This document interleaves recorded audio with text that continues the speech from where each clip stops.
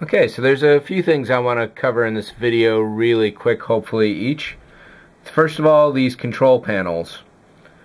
This is the third one I did. This one came out the best because basically by then I had figured out my technique and how I wanted to go about it. And essentially what I did is, you saw the video where I was passing everything through. I blobbed the glue in here, and then while the glue was still wet, I pressed this back piece on and clamped it tight.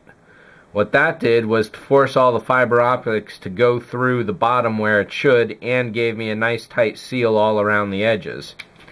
On these guys, what I did was to simply blob the glue in, and then I let them hang to dry. That let the glue dry any which way I wanted, and initially these threads were all sticking out perpendicular to the body of it here. So I've had these under clamps for a few days now, and basically the seal is not going to be as good on these as the others.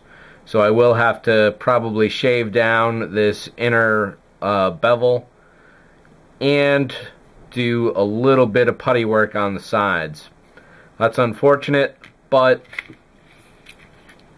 live and learn, as they say.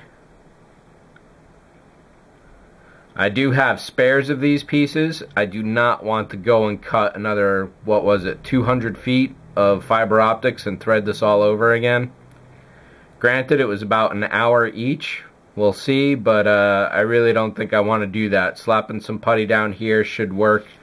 There's two of them where the backs are not going to be exactly flat like they should, so I'll put those on the outer sides, and the good one will go in the middle. But overall, let me give these a light source here.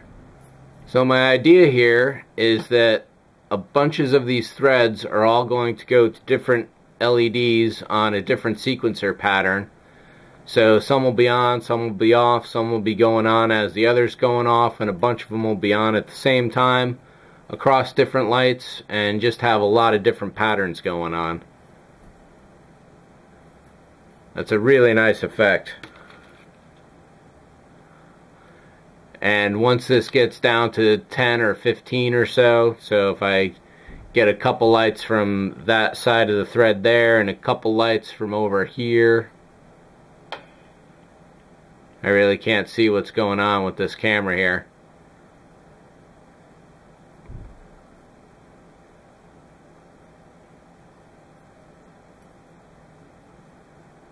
But that's the basic idea.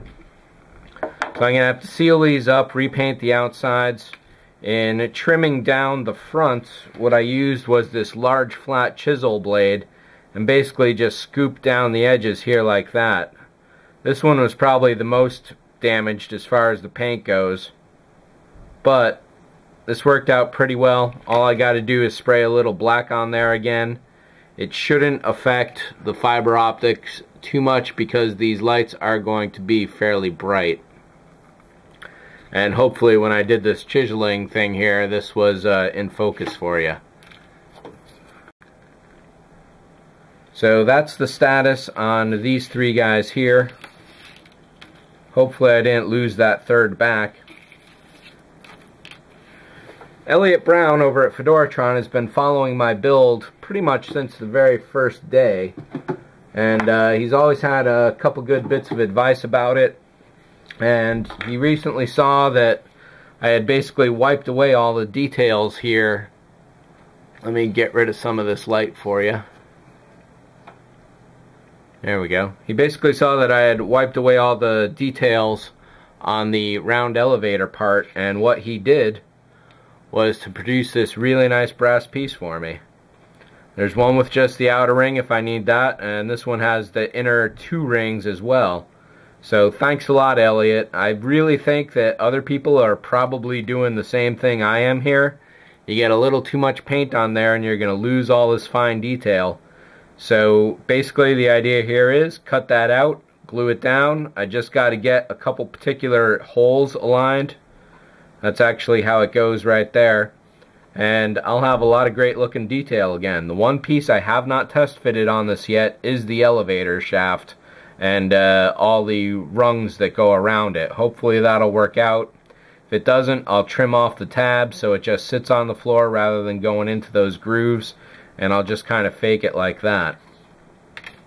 Speaking of the floor, I wound up skipping the future floor shine aspect, and believe it or not, I gave it one last try with this matte clear, and you know what? It worked. That means it was the tester's paint all along that was screwing with me.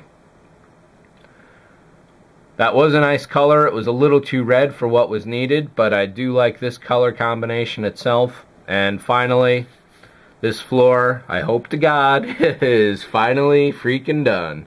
There's a little dent up here where I filled in that patch, and you can see here where I filled in that one. Technically, this one here is going to be behind a wall. It'll never be seen.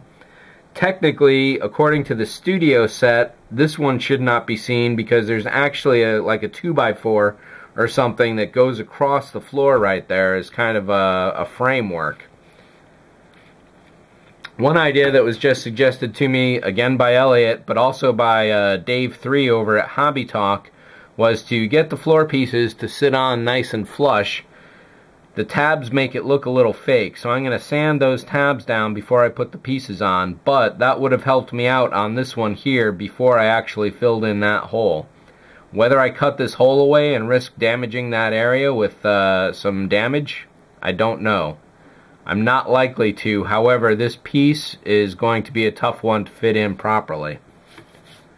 So, with that, I think that is the end of FlightLog 24. FlightLog 25 will begin with me putting pieces down here. And here's a note on these walls. I painted them a slight bit of yellow. And I think it's similar to what was seen when they were lit, but obviously these aren't lit.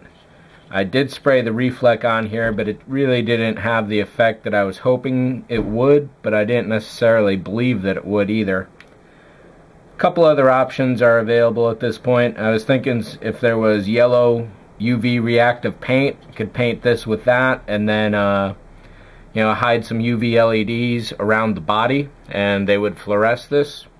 That would have worked. I also have yellow and white Reflect tape.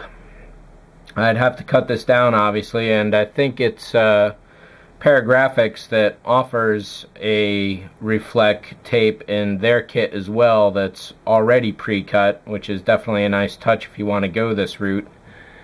It certainly works in some lighting conditions, not all of them. It still means these panels aren't lit. I've got a couple ideas that I might pursue later. I'm definitely going to build another one of these models. This one has been a really great learning experience, and I want to apply everything that I have learned to a new one and see what I can really do with it. So for now, what I'll be doing is simply leaving these as are, and that means these are ready to go down to the floor.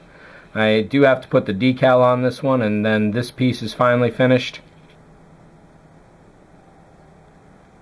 So it turns out I have too many fibers in here for the colors. I had figured each hole represented a light on the little panel there, but it turns out that is not the case.